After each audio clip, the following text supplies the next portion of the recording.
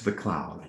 Hey, we are recording week 4, is it? Week 4? Really? This is a week on informal learning, and we're going to get to authentic learning the following week and workplace-based learning the week after that.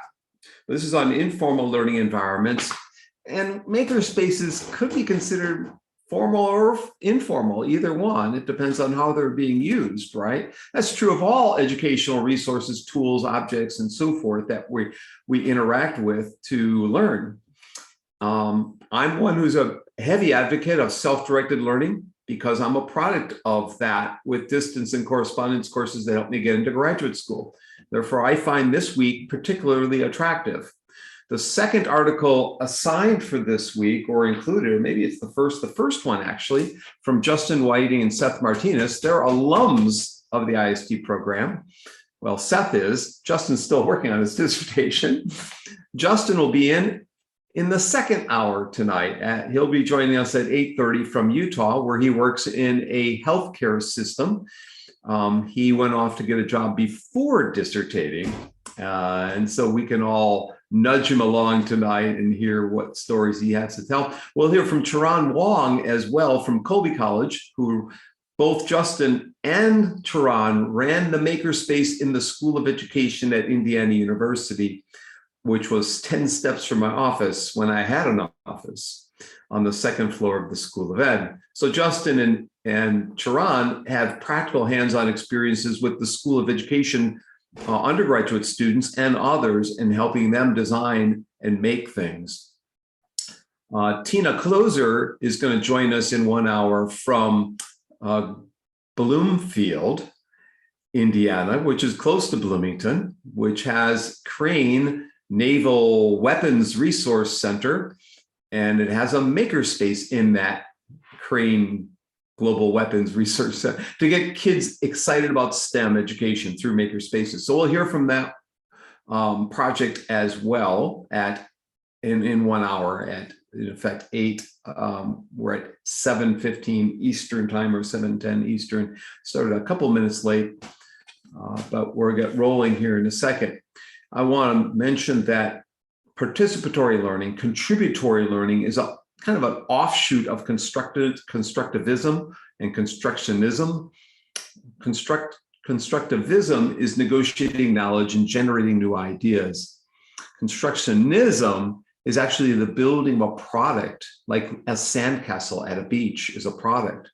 So the roots of constructivism come from Jean Piaget in Switzerland, looking at young children negotiating the ideas with one another, but actually the building of something, building of Lego robotics, for instance, the building of sandcastles at a beach, the building of computer programs, the makerspace where we're actually, some are building buildings with maker spaces and 3D printers.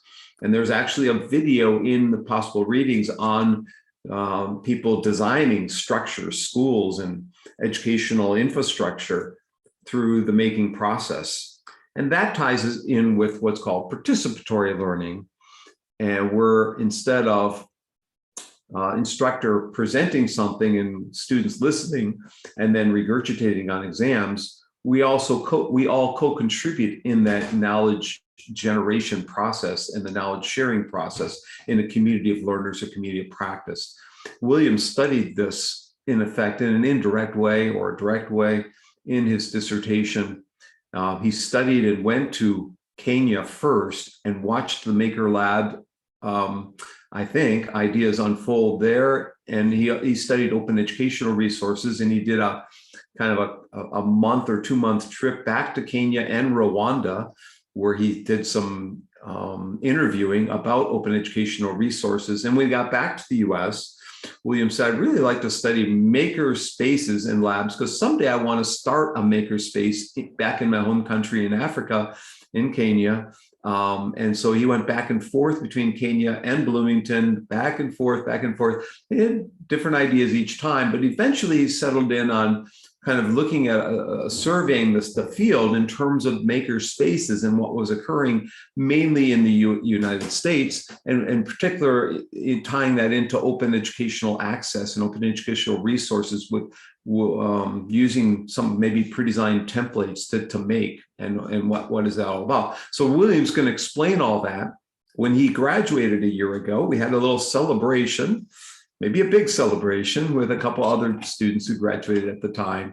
And we went off to Lenny's and partake in a ritual of having a unique beverage there and some good food. And William then, after that meeting, got a full-time job at the School of Business, the Kelley School of Business. So he's a lecturer in the School of Business. He was working for one of the centers on campus at IU as a multimedia expert. He's going to fill in the gaps of what I got wrong. He's smiling at every word I think I got wrong. But he was a multimedia expert when I met him, I think trying to create some video documentaries and maybe some case scenarios and so forth as part of a grant. I don't know if it's the East Asian Studies Center or a different African Studies Center that he was working with and for at the time, and was a EDD student, but actually in Bloomington. So I could actually meet with him face to face, and he was just like having a PhD student at the time, although I didn't get to demand that he go through dossier 2 and 3 like most of those students. He still, I think he survived that, and he immediately went to the School of Business, and he's doing great things. So if you want to fill in the gaps of what I missed, I'm sure there's a lot. And then tell us what you did for your dissertation, and tell us what you're still interested in today. Thanks, Scott, for the invitation. Again, I appreciate it. Actually, one of the things you did not say is that maybe some of your work made me decide to take my doctoral studies at IU, because I was really interested in, I started reading your travel blog, and kind of got inspired by your way of thinking about learning, which I subscribe to technically. I come from Kenya, where we have a system that is so rigid about education that the more I learned, the more I realized I did not subscribe to that kind of education system. And so I think I'm one of those people who maybe might be on the extreme end of thinking about learning and how learning should happen. I do work for an institution, so that might be maybe a little bit hypocritical of what I think, but yeah, somebody has to make money. So the thing is, my research and my work experience, I have been at IU for a while.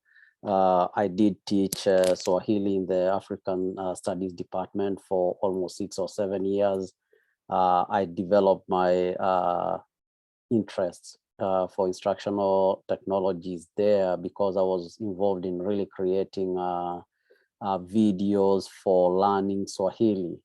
So that's where I came from. And so even by the time I came to IU to try and do my doctoral studies, I was really interested in video and how multimedia work, how to use multimedia for education purposes. But the more I learned, the more I got into the open education resources, because I felt, I used to think about YouTube as technically an open education resource. And so I think my Makerspace, how Makerspace came to be part of my dissertation is because then I think as I learned more about open educational resources, I realized it was definitely a trend, and it was something that was growing very fast. There were a lot of people, both in education and outside education, who are willing to share information and to share content for educational purposes. But looking at the maker spaces, which I was interested in just because of the fact that of the informality of that kind of learning, just going into a space and thinking and just creating artifacts that you can look at, not just theoretical, but really getting into the practical of doing things. I got very interested in looking at how makerspaces share content for open education purposes. So that was the focus of my dissertation, to really explore. And at first I wanted to look at makerspaces in East Africa, where I come from.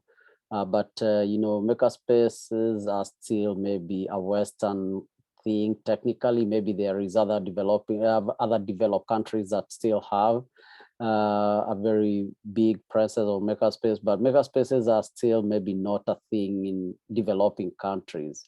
You may find one or two there. In Kenya, where I come from, I think we only, from what I understand, by the time I was looking at these, we had maybe one guy who had come from the US, had gone back to Kenya and started a makerspace, but it was really more of an entrepreneurship space where he would charge people to go and do different things they wanted to do with his tools. So he had the tools, he had the stuff that you'd find in makerspaces, but then you had to subscribe and pay for that space. So that did not really align with what I was looking at. I was looking at how, you know, the existing makerspaces, especially in educational institutions, higher education institutions, how they share their resources and how they share the artifacts they make. So I know Kat wanted me to share some of my slides here. I can share a little bit. That sounds great.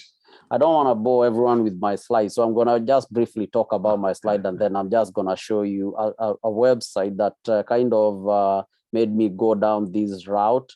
But let me just yes, but show some things, show the website, and then we'll open it for questions. Okay, thank you. So I'll tell you when it gets boring. I think it's boring enough just to look at it. So let me make this presentation slide. But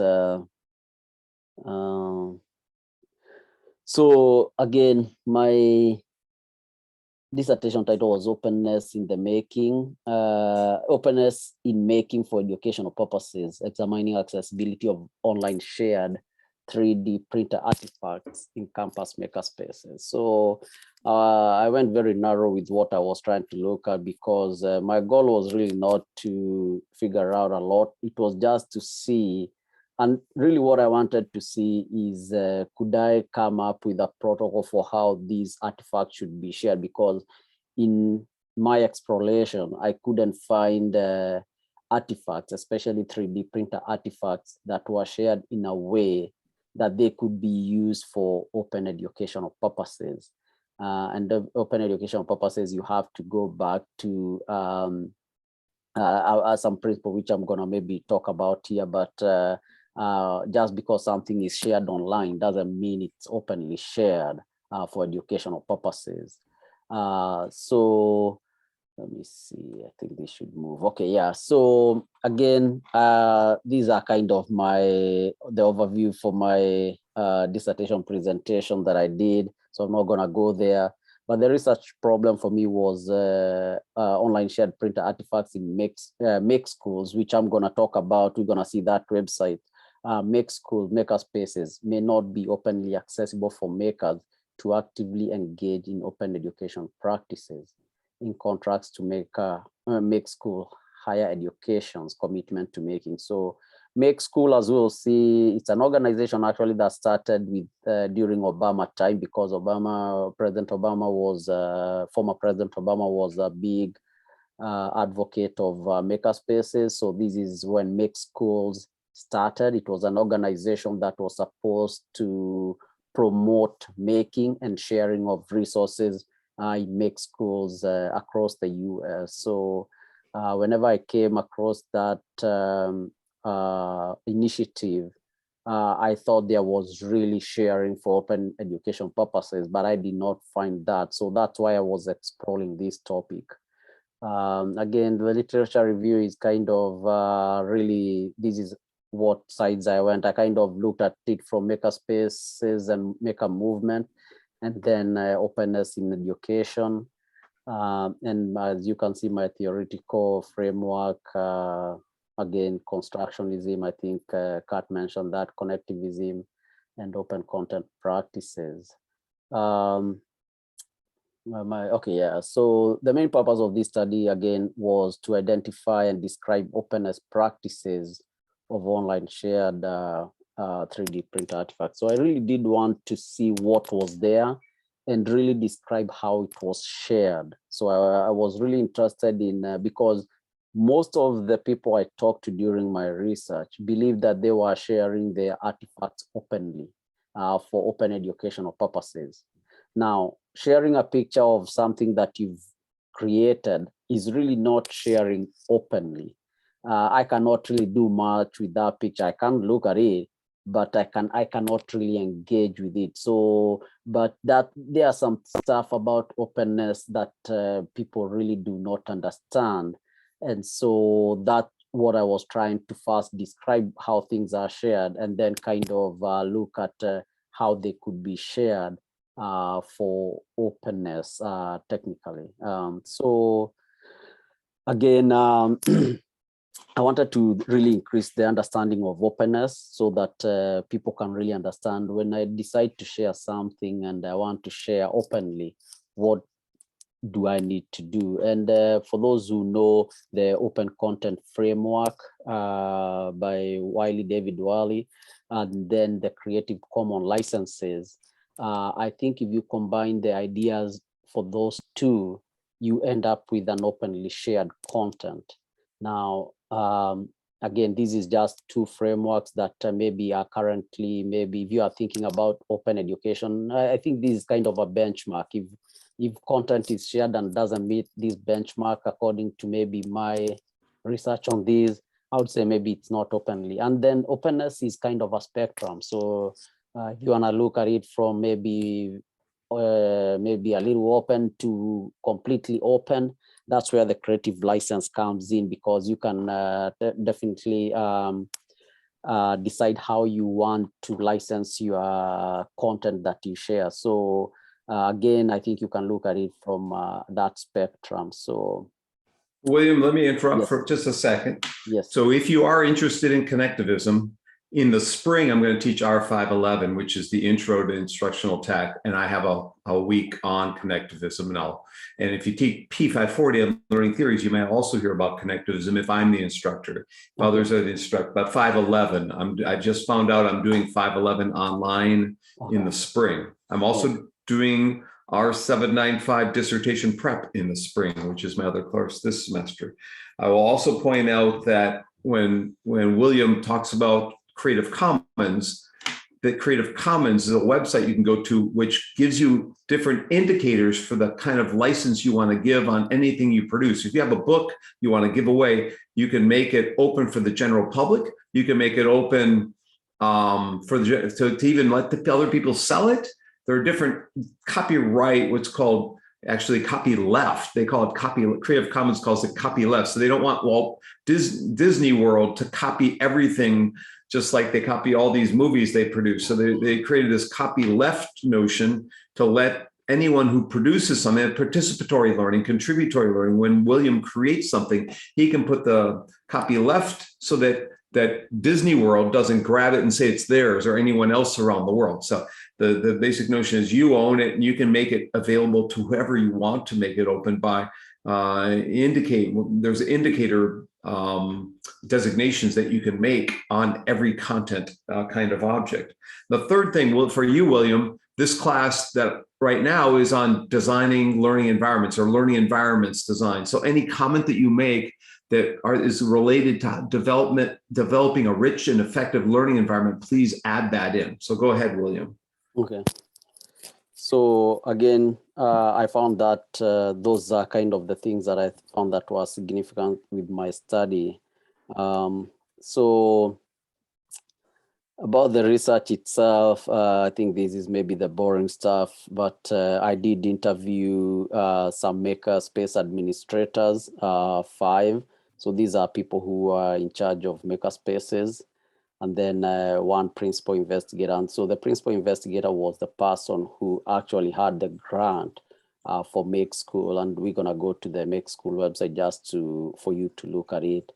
So I also did a lot of document and artifact analysis because again, my goal was to look at shared artifacts online and determine whether they were really shared openly or not. So I was trying to describe how they were shared, And then my discussion was more on really talking about how could these artifacts be shared openly for educational purposes. So data collection, online shared 3D printer artifacts. So I went to maybe different institutions that had makerspaces, and then I'll try to trace how they shared. Mostly this was in social media. Some of them did share stuff on their website, but very few. I think it was very rare to find institutions that really shared their files that you could interact with.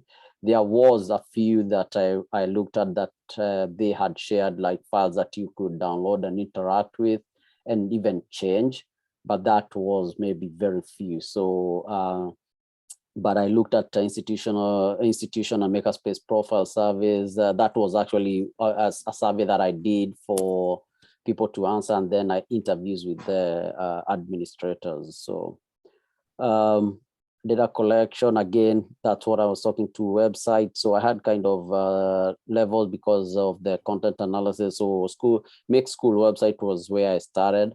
And this is how I narrowed down who I was gonna look at. Make Schools was kind of my case for study here. My case study was Make School website. And as you'll see here, and I think I should maybe jump into that and stop sharing some of my stuff here. And just why don't you just go just click through, and I'll stop you when I think it's an important one to explain. Okay. So let me see. So you can skip that. Yeah, skip all that. So this one here, this might be useful for people. Yeah. I think so. Yeah. So these are all the schools that ended up meeting my criteria for schools that I was gonna look at. As you can see, my criteria here is they did have an institutional URL. So like they had a website. Was there something in their website that could lead me to some artifacts? So some of them had stuff on their institutional website, but some did not. But whenever you went to look at links, they had links for social media. And so in their social media, that's where they shared their artifacts. So, and then were these on campus? So I was interested in makerspaces that were on campus, because one of the things I realized, there are actually makerspaces that between private entities and schools. And so some of them are actually outside the universities, and they serve both the general public and the students. So I really, since I was really looking at campus makerspaces. So we'll hear at 8 o'clock about that, that's in the general public space. Yes. Yeah. So let's go to the next slide then. Let's go to the next one here. Let me go back one. So that's just the different social media. Again, artifact analysis. I don't think this is important, Kat. What do you think? No. From my other class, it would be, this is all the scoring and coding. Yeah. This is my dissertation prep class would be interested, maybe not this one. So yeah. So next slide. So again, this is important, I think, that visual. Yeah. And so this is content analysis. And so this is the framework I was using technically for my looking at my content. And so if you are interested, I took, I think, a deductive approach to my analysis. So again, this is just a model. So you'd have maybe to look at my other data to know how I went through it, but this is what I use. So, and you can see the reference here if you want to look more. Categorization matrix. So this was how I really categorized the artifacts that I collected. And so as you can see, these are the attributes of, kind of what you'd call openly accessible content or artifact. So it has to fall within these column, and so the row. So if an artifact met all these, technically you'd see very few technically met everything. But so it's kind of hard to find what I would technically call openly accessible, because there is some restriction somewhere, either in the licensing or in the ability to be able to do something with it. So that's, again, so I created this categorization matrix just to be able to categorize the different things. So you're saying the online police exist. Yes, they do exist. And it's very interesting because most people I talk to, they really do want to share openly, and they don't realize that just by the way they are doing it. And I don't blame them, because there is maybe not very little education about how to share openly. I think there is a lot of work that has been done to set up the mechanism to do it, but people don't really understand it. And so most people would think they are sharing openly, but most people don't. Because even if you shared and you wanted people to use, but you did not give the right permission, then people really cannot use it. So again, you can share, but you have to give the right permissions. And so this is the code book. Again, I was looking at the 5 R's. Now there are 5 R's, David Wally. And so are you able to retain the material? Are you able to reuse, redistribute, and all that? And reuse, retain, redistribute, revise, remix, and revise. Yeah, so those 5. Yeah. Again, so now I think I can go where I was talking, Kat, because so this is me showing a profile within Make Schools, but let me just, I think, finish with these. I don't think there is any more interesting stuff. And we can go to the website. Yeah. So the interesting part is reading the interviews and what the administrators had to say was going on. That was really fascinating. That part, you have to read the dissertation to get to that. So why don't you show us some of the sites then? Let me escape from here. And so I think I did have that website pulled. The funny thing about these websites, since this project was not funded that long after Obama left, everything kind of stopped. But this is the Make School. This was a project through Carnegie Mellon University. And they set up this initiative to try and bring colleges and university and schools together who are engaged in making. And the goal was really, if you read about their goals, was to help the making grow in the US by sharing across. Now, I talked to the person who was the principal investigator, and I think I realized there was maybe a difference in what he thought about sharing versus what I thought about sharing. But as you can see, there is different things they have here. So they have universities that were part of this group. Indiana was one. There is makers projects and makerspaces and different things. For me, I was interested in the schools and universities that were part of this Make School project, so that I could look at how and what they shared. So that's how I got my list of, I think, 17 institutions that I was able to look at. As you can see, they are all different here, but really the sharing that I think, according to the project principal investigator, was more about sharing the profiles of the university. So as you can see, there is different profiles about the institution. So they had some questions they had come up with, and they were asking specific questions about their makerspaces. So more of what they were talking about sharing, it was really sharing about what the school is doing rather than sharing content. They were sharing projects, but as you'd see when you start to look at the projects here, it's very different how they went about sharing the projects. It was more about sharing pictures of the projects they were doing. And as you can see, most schools did not share, and most schools did not really engage with this process after just doing this. So what you're looking at here, the profile was just a questionnaire that was sent. Most schools, once they send the questionnaire, they never engaged with this project again. So they answered the questionnaire, and that was the end of their engagement. in the project, that's where you can see a little bit of sharing that I was interested in. Once you start looking at the projects that were shared, here you can now find some of the projects that were shared on this website. So this was my first level of looking at what was shared. Before then, I drilled down to the university and finding university websites and then trying to figure out how the universities were sharing. But So again, I cannot see anything here, William. All I see is half a slide. It's kind of fuzzy. So I'm not seeing what I do not see what you see. All I see is really? partial slides. So your screen sharing is paused. Why is it paused? Okay, I'm gonna share again. Sorry about that. I don't know why it's paused because it shows sharing on my side, but I think it did pause for some reason. Okay. I'm gonna try to share again. My apologies for that. I don't know if it's because I switched.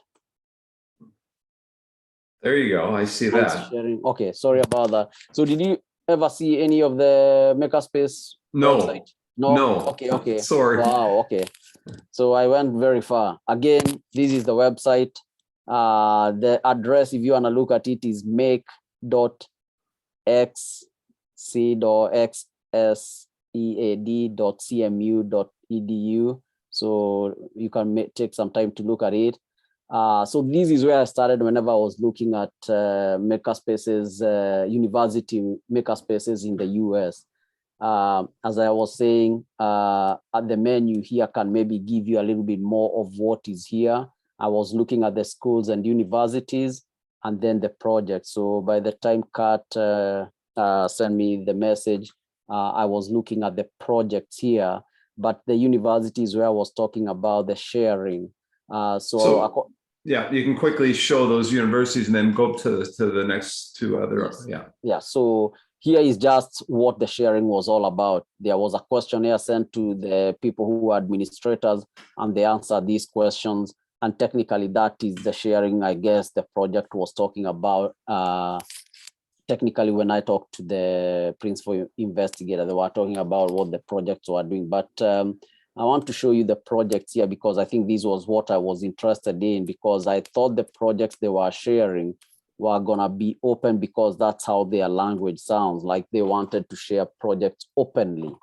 Now, when you look at most of the projects that were shared, they were sharing pictures of what they had created, and then they were kind of giving some information about what they did, but really not sharing content or artifacts that could be used, like 3D printer files, so that somebody could download that 3D printer card file and maybe make changes or do something with it. So this is where, in my opinion, and just talking to most of the people who I talked to, they did not understand that. Keep scrolling down. Part of sharing. But I see they did some say more what tools. Yeah. I see some more projects down below here. And so these are more projects that are part of. Yeah, there is quite a few. You can view all, but mostly that's the sharing. There is a kind of description about what I'm sharing, and then there is pictures. So William and I had high hopes for this project when he first saw me, and we both thought, well, it wouldn't be great if people shared their templates, the designs, and then modified each other's designs and create something more, fantastic. And no, they're just sharing the projects. They're just sharing the outcomes, right? They weren't really sharing the process with one another. They were sharing the products, pictures of the product, but that's it, in a little description and reflection. So it's just like a class assignment, if you will. We do our final projects and we write a reflection paper and we put them up in a gallery, but it wasn't sharing the actual artifact designs, right? And so that part was disappointing nonetheless. So you want to click on projects and makerspaces in there? So I was in project, so I can click on the makerspaces. So these are the different makerspaces that are in different schools. So this was also a place that I came to find makerspaces and try to find their websites and see if they shared something. Again, it was very similar. pictures. Apart from pictures, there were very few that maybe shared real files that could be used. So I think Boise State was one that shared some files that you could download. I think Tulane University, I think, had shared some stuff, but these are the different spaces. Now, some of these spaces were disqualified just because they did not meet the criteria, but the ones that met the criteria, very few also had the technical. So, yeah, a couple more things. So we're going to have Dr. Hee-Jung An come in later this semester, who just published a couple things on makerspace and robotics at William Patterson University in New Jersey, and she'll be showing us those projects for our K-12 teachers. And she's used Padlet, where they can embed a video showcasing. So Padlet is a tool where we can do some of that. I want to Sume, have you put the link in here for Makerspace, the Maker Schools project? Did you get it? Did you find the link for that? Sume? Sume? You're muted. I can't hear you.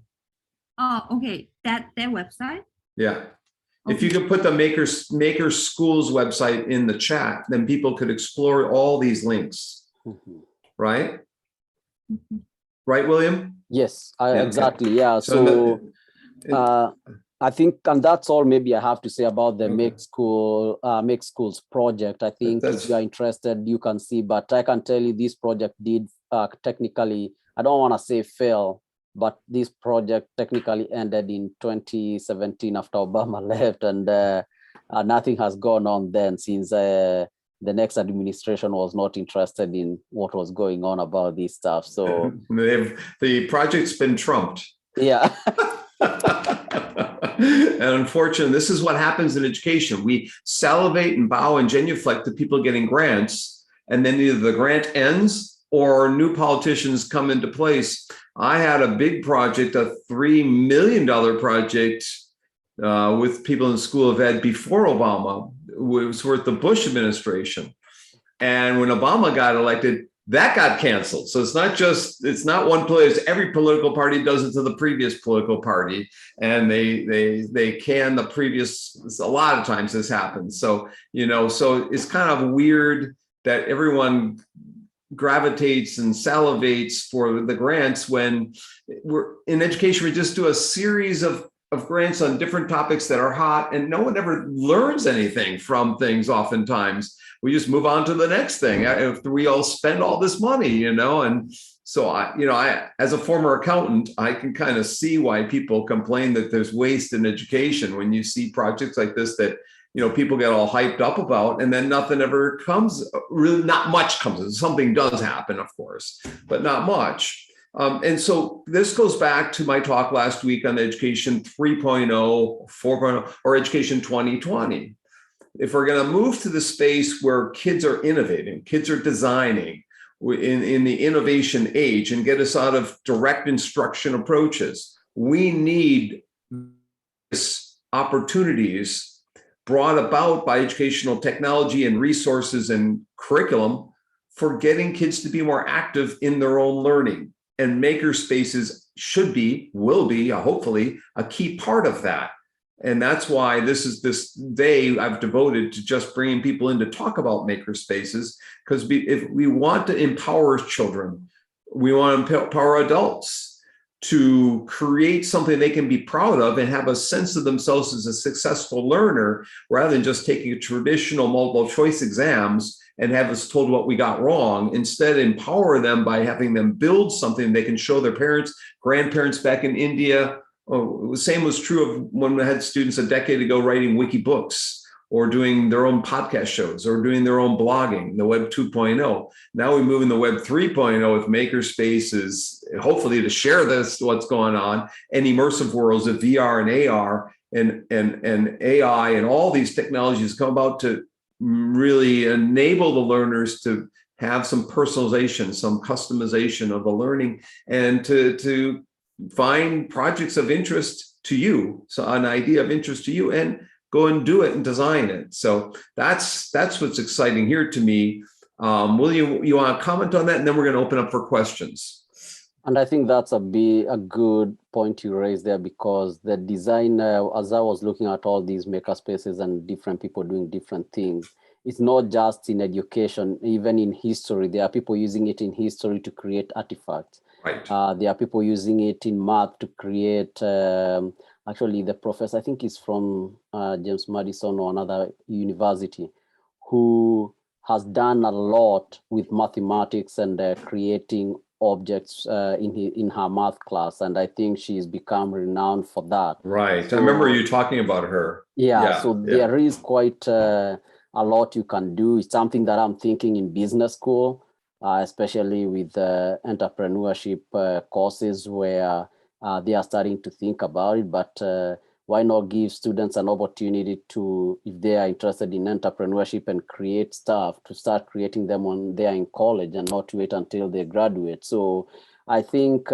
making is something that can be used across the board. And I think it's not just making tangible or things that you can hold. I think things like even video, making a video podcast, wiki, that's part of making. It might not be something, some of these things you cannot maybe touch, but you can still create. I think that creation and is an important part of learning. So. Right. And so we need to open this up. Why don't you stop the sharing at this point so we can open up for questions from everyone? And thank you, William, for coming in on relatively short notice tonight. And so, and by the way, I scheduled this on purpose to have the research first and have more applications second. So because if we start with applications, we just get into the, kind of the feel-good side of things. But there's a lot of research that needs to be done on makerspaces to understand their effectiveness and to really start working on empowering youth and come up with new models for that. So did we have any questions in the Jamboard, Sunmi? You're muted, Sunmi. Yeah, we have two questions. Okay. Can I say? Why don't we say who's got the questions in the Jamboard? Go ahead and ask them. I think I got at least one question. Is it two? Okay. The first one is I noticed that in the research statement, there is a contrast to the making in higher education. I'm just wondering what you learned from higher education. How does that help the maker school? It looks like the maker school is not in higher education, right? There's a different audience. So Make School, as are you asking Make School as an organization? Yes, so Make School actually was an organization that was created by a grant that was given to Carnegie Mellon. And the goal for that was to bring together schools, universities, and just educational institutions together who technically have makerspaces. So that was the reason that it was. And so for me, taking that as a case is because if you think about my goal for my research, it was to look at campus makerspaces. So I was very interested only in campus makerspaces. And the way I define that is makerspaces that are part of a university or a school. So Make School, technically, that was. And so as I looked at it, that's where I was saying some of the makerspaces, although they are part of institutions, they are maybe funded by somebody from outside. And so there is some makerspaces that have relationship with a school, but there is also maybe the people giving money have decided that they want it to be part of the community. So there is that still going on. And those makerspaces that were in that realm, I kind of disqualified them from my research because I wanted only makerspaces that serve students. And they are located in a campus, not outside. Like in Bloomington, I think, I don't know if we still have relationship with the Bloomington makerspace, which it's outside, but I know there was a time where I used to see it as part of IU website as listed as one of the makerspaces. So, gotcha. Yeah, I think there is at least one I know, Blooming Lab. That was a kind of makerspace. Yes. But not. So the second question, I think I also own the second question. I used to interact with the Office of Technology Commercialization a lot with a different university. So what happens is if your faculties have any patents copyrights that can turn into revenue source. They want to claim the copyrights in the first place and negotiate into a kind of revenue sharing. I think I just checked IU policy, which I dump it onto the chat. So if Dr. Bonk has a software that makes money, for every dollar that the software generates, Dr. Bonk only keeps 35 cents. So IU would keep 65 cents, which is a lot more than what I used to. I used to 49-51 split. That was in University of Minnesota. So with this, do you see any evidence that the campus level would resist to share openly, because these things could potentially turn into revenue source? And that's a very good question, because, and I'm just blacking out here about the faculty member I was talking about, the mathematics professor who had to deal with that same issue in her school because of wanting to share. So she actually shared through instructure.com. And I think she got in trouble because the university did not want her to share. And she wanted to share because the university want a slice of her stuff. And so she was, she's one of the person I think I interviewed, and she was telling me about that scenario now. And that's the other thing that I figured out, that although some faculty member would really like to share, they cannot share because of exactly what you said. There is institutional, and I think I've done that in my discussion, there is institutional barriers that actually prevent openly sharing, because as you said, you cannot just share, because if there is monetary value, then the university want a slice, and you cannot just share out there. So yeah, I think that was something that I learned as I was going through the process. So. Got you. So it hasn't changed since I last. No, I don't think it's gonna change though. From what I heard from some of the faculty who've been teaching maybe 30 years in the business, so especially the engineering faculty, they would tell me, no, we would like to share, but we cannot do it. So. Right. Okay. Well, it's changed since I started. There are more faculty sharing than when I started. If you look at Merlot, MERLOT.org, which is an online repository or referatory. It's a set of links in all disciplines, and it's peer reviewed. It started very small, as a small project out of the California state system, and now has tens of thousands of members. But yes, you're right. That being said, the university is still trying to protect everything and take their share of everything possible. So yeah, before we take break, I want to make sure that Sunmei, Megan, Flor, Xiaoying, Tina's here, who's our next guest, or Nicole or Tiana, do any of you want to add anything, have a question or a comment for William?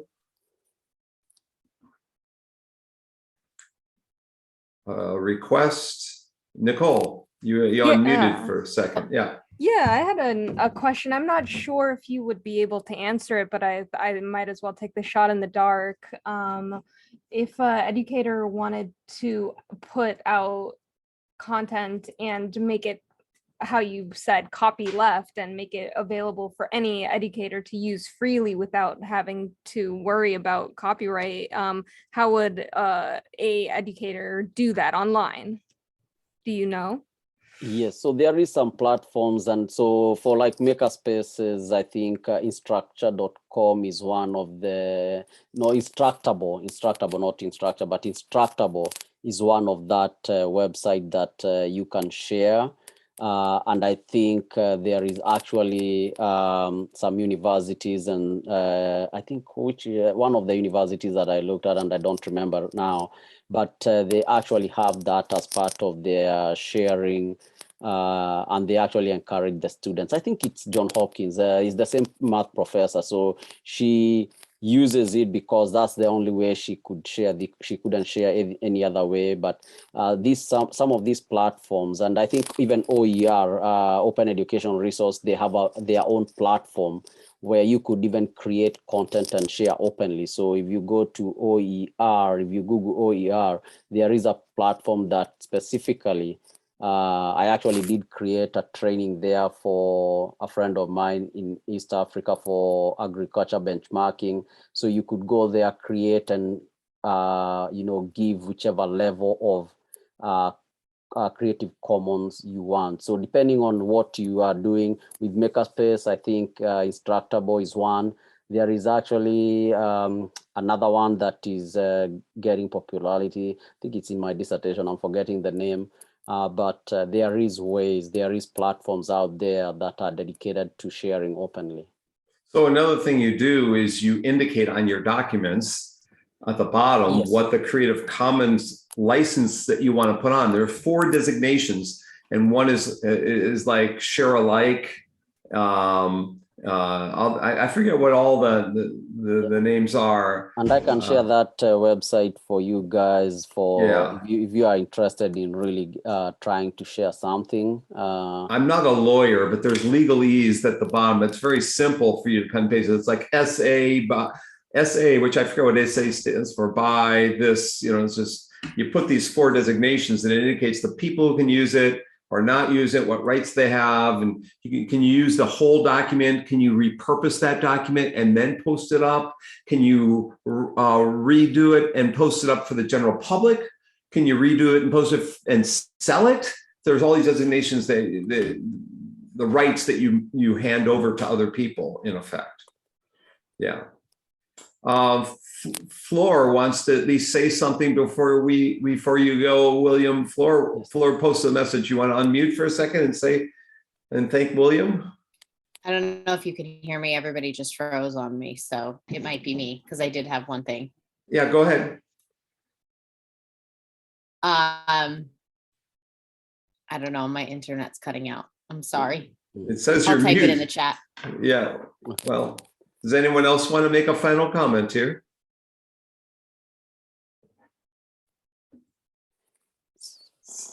So, William, Yeah, I'm having internet issues, but I was gonna, and a dog barking.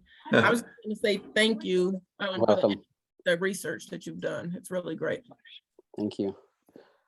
And I did share the Creative Commons website there. It's very kind of easy to look at, and the way they've redesigned it recently, it's actually something that is very useful for people thinking about open sharing. So think about for an EDD student dissertation, finding a project like this that exists that no one has evaluated from the outside in an area that you're interested in, and you're finding something. When you do a dissertation, you try and find something unique to look at, and this was a case of something unique. It didn't last as long as it, in terms of or grow, but it's still interesting as a case study of different schools and universities that are providing maker spaces, universities in this case, higher education. So, it had me excited and still does. So I want to thank William tonight and give him a big round of applause in here. Thank you, William. Welcome. And Tiana, you're muted. Oh, I just said thank you. My dog is barking. You don't want to hear the dog. Thank you.